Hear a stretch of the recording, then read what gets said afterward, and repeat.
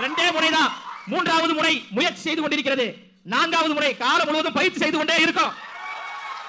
முதல் முறையாக இருக்கிற தமிழக வெற்றி கழகம் 2026 ஆட்சி செய்யும்.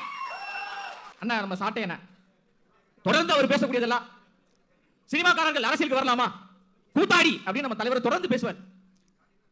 மாநாட்டுக்கு முன்னாடி விக்கிரவாண்டி மாநாட்டுக்கு முன்னாடி பாத்தீங்கன்னா தமிழக வெற்றி கழகத்தின் கொள்கை பரப்பு செயலாளர் சாட்டை துரைமுருகன் போன்று பேசினார். அவர் மிகப்பெரிய ஒரு உச்சத்தை விட்டு வராரு. தலை சிறந்த ஒரு மனிதர். தமிழ்நாட்டில் நம்பர் 1 நடிகர் என்றால் அது விஜய் அவர்கள் தான். அவர்தான் உண்மையான சூப்பர் ஸ்டார் என்று பேசியவர் திடீரென்று எங்களுக்கு எதிராக பேசுகிறார் என்றால் மிகப்பெரிய மக்களுடைய ஆதரவை தன்னியல்பாக தமிழக வெற்றி கழகம் பெற்றுக் கொண்டிருக்கு. அதை பொறுத்துக் கொள்ள முடியாதவர்கள் எங்களுக்கு எதிராக பேசிக் கொண்டிருக்கிறார். அது இன்னொரு கூடுதல் சிறப்பு என்னன்னா அண்ணன் சாட்டை துரைமுருகன் அவர்களே ஒரு நடிகர் தான். உண்மைதான், சிரிக்காதீங்க. அண்ணன் வந்து கான்செப்ட் ரோல் நினைக்கிறேன். அந்த படம் வந்து விரைவில் வரும் நினைக்கிறேன். அப்போ அண்ணன் சாட்டை துரைமுருகன் அவர்களும் கூத்தாடி தான் சினிமாக்காரர் தான் என்பதை எல்லாரும் உணர்ந்து கொள்ளுங்க.